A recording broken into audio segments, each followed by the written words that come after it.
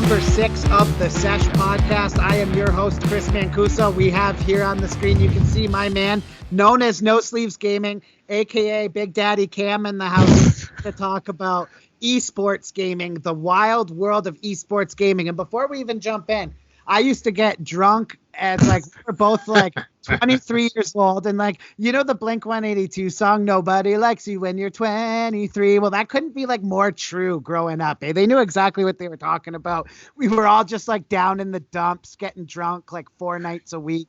I had just split up from my kid's mom, so any day I didn't have my kid, I would be at your house just getting drunk, where you guys were getting drunk 7 days a week. It was definitely the place to be. I don't know if it would be considered the place to be, but it was definitely a place. It was a place. Whether you wanted to be there or not depended on what kind of human being you are. Me, being a degenerate, I fucking loved being there. And back then, we were all obsessed. We played NHL. We ripped it all the time. We would always be going at one another. And I remember Cam being so into video games, and you saying, I'm going to play video games for a living one day, and me legitimately one night while drinking, I was like, bro, but what do you actually want to do? You can't play video games.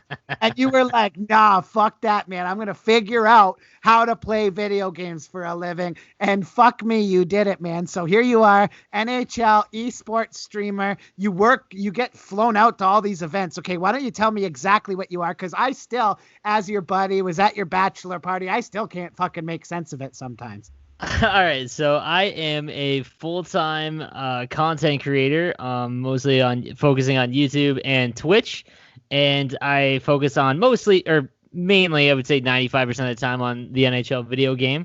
I started on New Year's Day on 2017, and I made a YouTube channel, started streaming, and then got to the point where I made enough of an income where I could leave my job that I really enjoyed to try to do what I really, really love to do, which is, playing video games. So it's been a little scary, but it's been fine so far. Obviously there's stress involved. You're working for your own, yourself, which I have no idea on that end. And when I was getting into it, leaving a job that I was at for 5 years that I really, really liked, it was a little odd and tough to do, but no, my wife supported it, and now here we are. So basically, what I do on a normal, typical day, I'll wake up at 8 a.m., and then by 9, I'll start streaming live on Twitch. I'll be playing NHL from about 9 until about 2 to 3. The really end time, I don't really have a hard set end time. It's at least 4 hours. I've been playing a lot of MLB lately because MLB's gotten a little bit bigger, obviously, with the NHL winding down for the season, regardless of what's happening in the world.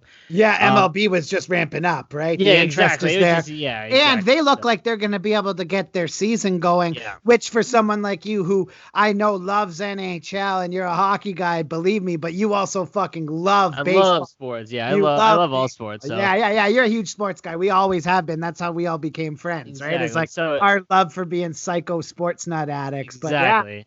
But So then after I end my stream on a Monday, I'll spend about 2-3 hours making YouTube videos, whether it be on new content that's released in Hockey Ultimate Team for NHL, new cards that drop, or a new strategy video, or a franchise sim, lots of stuff like that. And then my nights are usually commentating esports events around NHL. Tonight at 9:30, I have to do something on League Gaming, which is North America's most competitive 6v6 league, where 6 players onto either team, they're competing for, I believe it's $5,000. So they're doing their playoffs right now. So I'm the commentator for that. So I'll host their show from 9:30 till about 11. And then I go to bed, and then I wake up and I do it all over again. The one thing I'll say is that a cash gig? That one, no, that one wasn't a cash. That's me just trying to the site that brand. Exactly. Yeah. There's a lot of that involved in your first year. So when it comes to events, last year I attended the Gaming World Championships. That's going on right now. It's in the qualifier stage, but it's obviously being a little bit different. That's held in Vegas every year. So last year I went to Vegas for the finals, and that was a blast. Got to go to the NHL Awards, meet a bunch of players. That was really cool. This year, just since January alone, so I was able to go to Montreal to their event. Toronto, I did one of Toronto's broadcasts, and then I was my first ever hosting job where I was the host and play-by-play man for an entire broadcast for a professional franchise was the Tampa Bay Lightning. So I got flown out to Orlando, and I was the play-by-play man. Did a full event. A little nerve-wracking, but it went really well. And so now, obviously, with what's going on in the world, things really, really changed. Because right now, I would be getting ready to go to Toronto for the Canadian regional finals in NHL, and as well as Connecticut for the U.S., and then obviously Vegas. But that's not happening now. So things are changing quite a bit in that landscape as far as esports goes. But from a day-to-day job, it's definitely starting to like settle into a groove here. It's not so much of finding out what to do. But no, it's been really fun this first year. Now, are there real rivalries? Like, you get rivalries on the ice, right? Like, I can remember playing hockey as a kid, whether it be ball hockey or on the ice, and some asshole pisses you off and you just don't like them, right? You go up head to head against them and there's always one guy you just want to smash. Now, do guys actually get competitive? Like, is there trash talk? Is there disrespect in the esports game? Because I'm just diving into it. Dean Blundell, who I do this podcast on his network and talk to him, he's really like, we're all interested into the esports world, right? It's such a crazy world. So I figured we'd have you on in the early stages here to kind of get an inside look on what it's like. And the first thing I want to know is, do guys talk shit? Well, okay, so think of it like this. Imagine when we were on that, or so when we used to play on a ball hockey team together, right? And someone would get mouthy, and you could handle it, right? Now imagine how much bigger you would talk if you didn't have to deal with the other person in person. It is bad. So it must be insane. That is something that I kind of not pride myself on, but like add to. I think the best way to grow specifically NHL is because it's such a niche game and it's hard to follow, and people outside of playing NHL want to be competitive at it. The only way to grow it is to get invested in a player, just like as much like you would get invested into a team. Mm-hmm. So if you want to be invested in NHL esports, you have to find someone and relate to them and find out who they are and what they are. And there's a few rivalries that, like, whether we're all boys, so you meet up at a LAN. So I've been to like 15 LAN events, and a LAN event would be where a tournament final is, and everyone meets up and they play their games for thousands of dollars, right? And all the boys are friends there. Like, I haven't met someone where there's been a rivalry or a hatred that has literally led to something at a LAN. Everyone has always been nice. You get some egos and whatnot, but there's never any fights. But online, while streaming, oh my god, dude! I can give you a link to a few streams that you can watch nightly. And if dudes lose just to randoms, they fly off the handle. So when they lose a biggie to the same guy over and over again for thousands of dollars, there's a few, and it's entertaining. Like that is when it's at its entertaining the most, because no one likes to lose to their buddy. Now imagine if you're playing your buddy for $5,000. And thousands of people are watching you, or 1,000 people are watching you, right? So yeah, dude, lots of people talk a lot of crap. I mean, I do, like, I do. And I'm an old man, so I hate losing too. So there'll be times where I get mouthy. I'm not as mouthy as I am anymore, but my thumbs are a little old. But there's definitely rivalries to the point. These thumbs.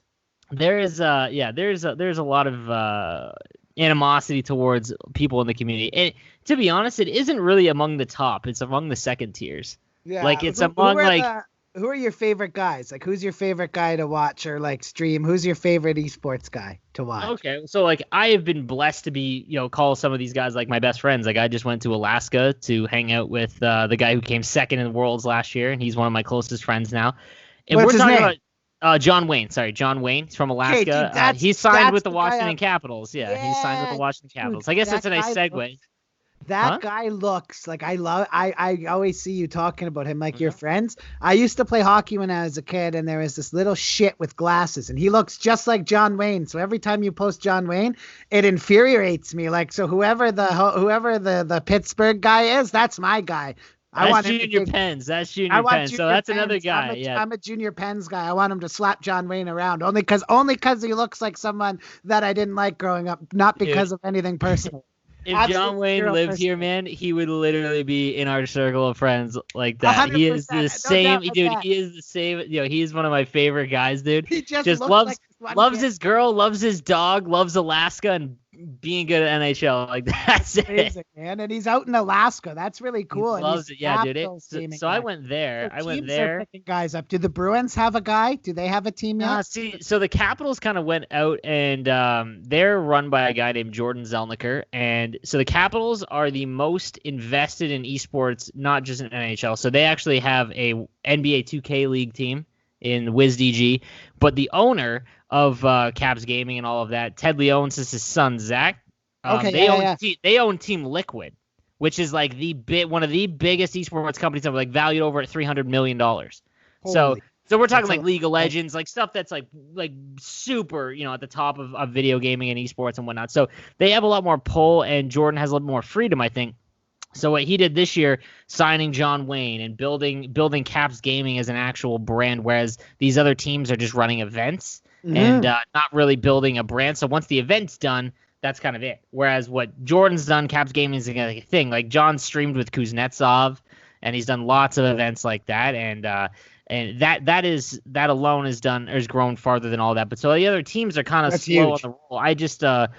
I've been talking with the Anaheim Ducks, which is unfortunate because as a Sharks fan, I'm not a big fan of the Ducks, but Ducks Gaming is part of my career now, so they are starting to grow. So I've been in conversations with them, trying to help them grow their brand, as well as the Lightning.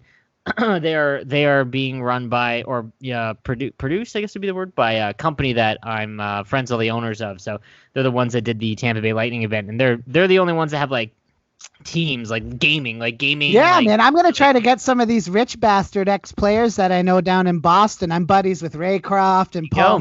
Maybe I can hit these guys up for a little dough, and we can start the Bruins gaming team, and we'll sign someone. Sign someone, destroy John Wayne's entire. No, I'm just kidding.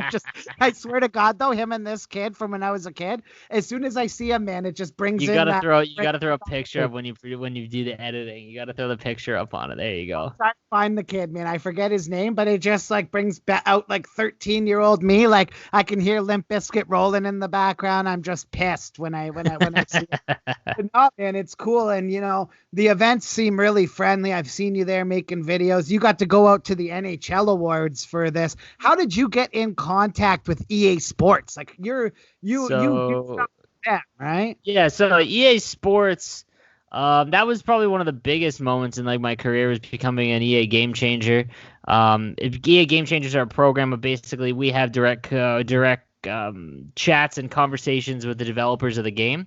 Of whatever we're a game changer in. So EA has many game titles, but so I'm an EA NHL game changer. So I have a chat that's literally like 16 of us, all the other game changers, and then the actual developers of the game. And then throughout the year, they'll bring us out to Vancouver, where their EA studio is, and we'll test the game before it's launched. So we get a look and give our feedback and things like that, and we take feedback from our communities and what they don't like in the game and what they want in the game, and then we relay that. And so it's not just like hey, what do you want? And then 7,000 people, all reply on the same thread. Most of it's just complaining, not actually offering any sort of what they actually want. So what I did was I started making content consistently, and I remember the community manager for EA NHL, I remember messaging being like, hey man, if there's ever anything I can do to help out, promote an event or promote the game or give feedback, I'm down to help. And I just kept doing that, asking what I could do to help out. And then one day I got an email after I got back from my wedding. I remember I got back from my honeymoon, and like 2 days later I got an email on being invited to the Game Changer program, and that was awesome because that made it like legit. So it's a really cool program. I mean, it takes a lot of flack. We're basically the punching bag for the community because like we're like tasked with like changing the game, but we don't really do that. We just offer our our thoughts. Suggestions. Sometimes, what you exactly. Think, sometimes it works. Yeah. Sometimes it doesn't. Oftentimes the developers are going to do what the developers are going to do. They're the ones making a video game. But there are things that we have, some influence over, and that's kind of our gig there. So that's what I do with EA anyways. But specifically the getting to Vegas and whatnot, man, last year I funded all that myself. So that was that was a risky, I want to say maybe business intuition. So I can tell, I don't know if I can tell a story, how long we have here, but You're good. Okay, so I went to one of the competitors for the Canadian regionals. The European one was first, and I couldn't go to there. I was in Helsinki, so there was no way I was paying for that. So Canada was up next, and someone that qualified was a subscriber of mine. He asked me if I wanted to be a guest of his to go to the event. I said absolutely, so I went, and he actually got kicked out of the event. So how did he get kicked out? Someone informed the NHL of a hate message he sent them. So. You think these kids hate, or these kids get pissed off at each other, man? This kid sent probably the worst message I've ever seen to someone. And while the event's going on, someone sent it into the NHL, and laughing. That was it. So I kept my rolling head with down. that I was kid. like, Jesus, because I didn't really know the kid. He was just a subscriber of mine. He just put me on his guest list. That was it. That was my first time ever meeting him. So I was like, oh my God. So I just kept my head down so I didn't, get kicked out or anything like that, right? Like I didn't know the kid. So then the next one, the guy that was the NHL representative, he picks up all the guys in Connecticut. He picks them up at the hotel to go to NBC Studios where the event was. And he's meeting everyone, and he gets to me, and I'm there with Junior Pence, the guy, he's the Penguins guy. He was my guest. I've been friends with him for 2 years. He's come to Niagara to visit me. I've gone to Pittsburgh to visit him. His girl and Skylar are friends. So I was his guest for the regionals. He had qualified, and he comes there and he looks at me, and I'm like, hey, how's it going? Hi again. And he's like, kind of like giving me like, why the hell are you here? Look. And he's like, you got a lot of friends. I was like, yeah. And then that event, because I knew, Junior Pence wasn't getting kicked out of the event. He's like the nicest guy I've ever met. I just basically talked to the NHL guys, and there's a few EA representatives there, and I had just gotten back from Vancouver, so spent lots of time talking to them, and talked to them for a long time. And then by the end of that event, I had said, hey, the event and how it's running, you're missing out by not streaming. What happens is when they qualify for Vegas, they then get to draft teams. And these teams are what they use. Okay, so they get a list of players. But what had happened was when they made before the regionals, they also had to do it, and it wasn't streamed, so people just found out their teams. Okay, but kids love to see who the top players are picking and whatnot. They love to see like why is this player picking this as the draft's going on. So I pitched to them. I'm like, hey man, why don't you guys show the draft on stream? Like, why aren't you guys doing this? The NHL guy pulls me aside at the end of it. And he goes, hey, so we're gonna let you do the draft of the stream. Next Wednesday. Are you okay with that? I was like, yeah. I was the only one that was allowed to do that. I was like, sure. And then he's like, are you going to Vegas? And I was like, yeah, I'm going to Vegas. And he's like, well, how would you like to mod the Twitch chat for the NHL? And I was like, sure, absolutely, I'll help out. And then, cool. That's how. But I had to pay for Vegas. It wasn't that expensive, to be honest with you. The flight is only like $200, and then we stayed at the Luxor, which is the big pyramid, with a buddy of mine, one of the biggest content creators, like over 100,000 subscribers on YouTube. Stayed with him. And then we went to go to the Who's event, that? and that one's use the name so they know. Oh yeah, sorry, that's Tactics HD. He's been doing it for like 7 years. Okay. And he does that full time as well. He's just a YouTuber though. He doesn't stream. Okay. And the difference between YouTube and streaming is live. It's like a TV show. Yep. That's the best way to describe it. And YouTube is just, once the video's out there, it's out there forever. So he does that. Yeah. He's one of the biggest NHL YouTubers. Fortnite YouTubers watching the people, their Fortnite clips and everything, and commentating over it and yelling and screaming. It's fucking brutal. I much prefer watching guys on Twitch than I do on YouTube, I would say, for sure. I like the Twitch platform, man. It's really cool. It's really interactive. That's what it offers more.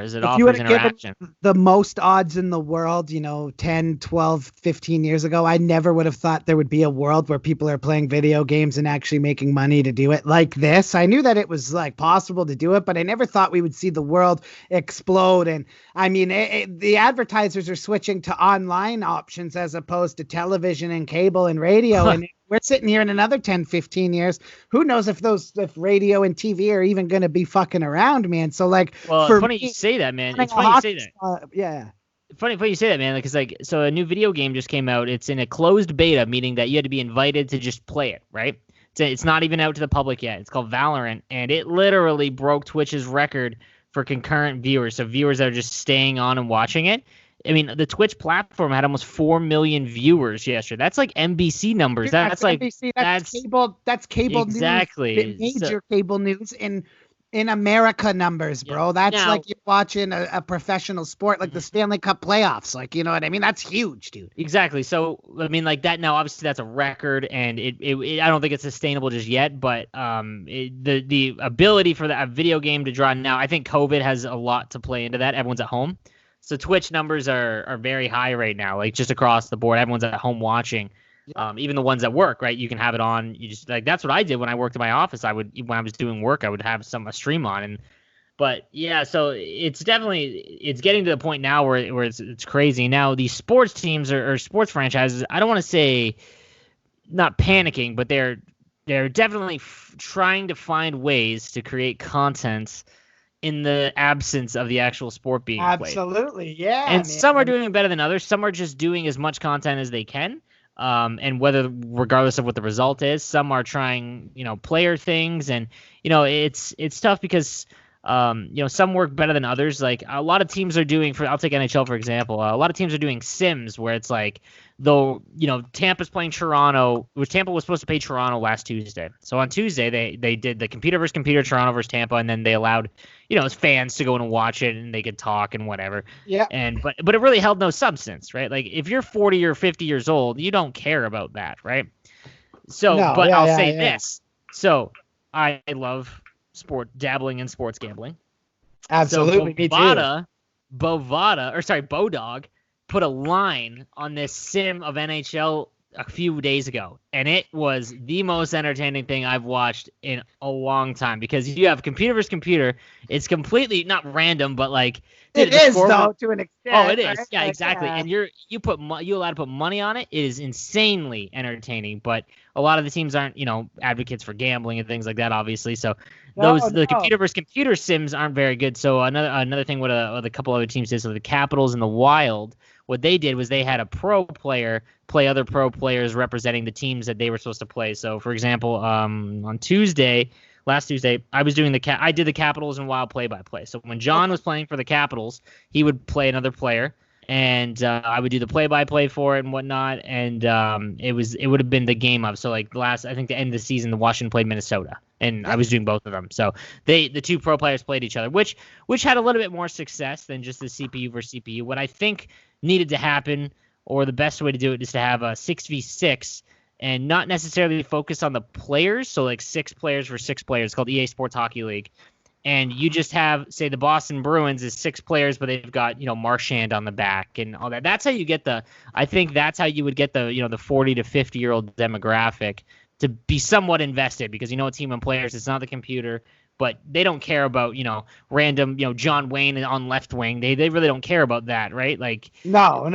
Obviously, the demographic that pays attention to esports and NHL watch it, but I think that they're trying to they care about John Wayne, Yeah, exactly. But I think in this sense, what teams are trying to do, trying to fill a void of content, what they need to do, I think, is, put players on, but put Marchand on the back, and then you're allowing those players to, play, and be at the forefront and, shouted out by the Boston Bruins or whatever team, but then those 40 to 50-year-olds are like, hey, I'll watch this, Marchand scored, let's go, kind of thing, right? Like, that's what I think. So I'm curious to see where it goes now, because obviously the Game World Championships for NHL is for $160,000 or $150,000 this year. 150, yeah, that's huge. And that's bad money, dude. That's crazy. It's a lot of money, yeah. And now it's all up in the air as to what's going to happen. There's no confirmation on what's gonna go down. They're in the online stage right now, so as of right now, nothing's changed. So, you have 128 players that qualified for each console per region. So there's Canada, US, and Europe. And then each of those regions, the top 128 from PS4 and Xbox, will play brackets to get all the way down until you have your final 4, your 8 players that will play at the regionals for that region. And now the regionals is LAN. That's in person. So I'm assuming what will happen is the regionals will be played online. Those will play online. Now, I don't know what they'll do, because the problem is you can't go any further than that, because the Vegas finals is where the Euros come over. You can't play Euro versus Canada or US because the connection is just so terrible. Like it would not, for $60,000 to first place, you cannot have an event like that. So I don't know if it'll be postponed until COVID slows down a little bit, but the US, it doesn't look like that's going to happen anytime soon. No, definitely not. I mean, it might slow down much more in Canada than it would anywhere else. But again, that's, the finals is in June. So I think that's off the table, because there's still no gathering until the end of June, even in Toronto. So they're not going to allow that. Right? And not to mention, these guys are kids. Some of them are kids. No parent is going to be like, yeah, sure. You know what I mean? Fly to the States on it, go to an airport, and you know what I mean? Like, that, it just won't happen. So I'm not sure what's going to happen to that event. I'm curious to see what goes down with it. I think the NHL will figure something out, because this is like their flagship event every year, and it's only gotten bigger every year. So I don't know if they'll push it until – they can't push it until the next game, because if they do it on the next game, then you're playing a whole other different game, which isn't really fair. Yeah, which isn't fair. You can't do that. So August is really the deadline, and I don't know what they'll do. I would think that a possibility, if travel restrictions are a little bit more lax, you would just fly the player and one guest to a location that is literally just the 20 people in total. I don't know. Everyone has to sit apart 6 feet. Exactly. Everyone. but I don't know. Like, I don't know because I don't think the NHL will want that bad PR. You know, and Who's if the like, favorite this year? Who's the favorite? Does Nasher still play, or is he just like Nasher, so Nasher's the host, so he's the color analyst for the Game World Championship. He does a great job, and he's the biggest ambassador and creator in our landscape by far. Like so Cole Tactics HD, he's probably the next behind him, and he's got 110,000 subscribers. You know, Nasher's pushing 500 on YouTube alone, and then like 50 on Twitch, and Twitter numbers are at 30K, and you know he has TikToks that are shut out by Snoop Dogg. Like it's bananas. Like he's growing at a rate that I don't know if any other creator in NHL will ever grow, and that's more because he's a hockey creator, not just in NHL. Like he's signed by Bauer. Yeah. Signed by Bauer, so you know he does a lot of like hockey GoPro stuff. That's how he really blew up, and it's so much different because if you're just focusing on the video game, that's one thing, but hockey fans are much more broad than NHL fans. You know what I mean? Like NHL hockey fans. So. Yeah, definitely. Yeah, no, that kid's got a good brand, and whoever's helping him run his stuff, because I imagine he's not the only one making decisions, is doing a good job. Oh no, he's definitely got an agent. Oh yeah, well, but the NHL rap was the worst thing I ever heard in the history of time. I was making a joke when you were doing your esports stuff. I was like, when's the rap coming? Because my stepson listens to all these Fortnite songs, dude. I gotta listen to Fortnite rap songs by a bunch of guys called Nerd Out. Like I gotta listen to that shit all the time, bro. It's so bad. Like the Fortnite guy Ninja with his stupid blue hair rapping. I just want to fucking smack that guy. I hate that guy so much. I can't stand him. If there was ever any guy in the video gaming world that I could eliminate 110%, it would be Ninja. He stinks. I hate that guy. Oh man, he is he is definitely more PG guy now. I actually played against him in MLG Halo when I was with like Darren. Yeah. Like when he was like a mid-level pro guy in Halo. That's when he started out, and he exploded obviously in Fortnite and whatnot. For as far as favorites this year, it's funny. So in year number 1 of the Game World Championship in 2018, a Finn named Eki won, and he didn't lose a game in the qualifier, in the playoffs, in the Grand championship. Table. Yeah, and no one knew him really because Finns can't like Euros can't really play Canadians or Americans because of just connection and whatnot. So you never find out, right? So this kid dominated, and it was messed up how absurdly good he was. And then last year, he choked the game against John Wayne. He was winning against John Wayne. John scored with 30 seconds left, and then John scored again with like 6 seconds left. John Wayne Fox, I love it. John Wayne is stone cold when it comes to the main stage. That is his thing, dude. I always give him shit that he isn't the best at anything when it comes to the game itself. But man, you get him on a LAN in front of kids and it's like stuff's on the line. He's like stone cold killer. Pressure player. It's great. And but Canadians have done terrible at it. Which is odd because, consensusly, always the top players are usually Canadian. This year, there's like a gap. Like the top 4 players in the world are Canadian, and this would have been the best chance for a Canadian to win.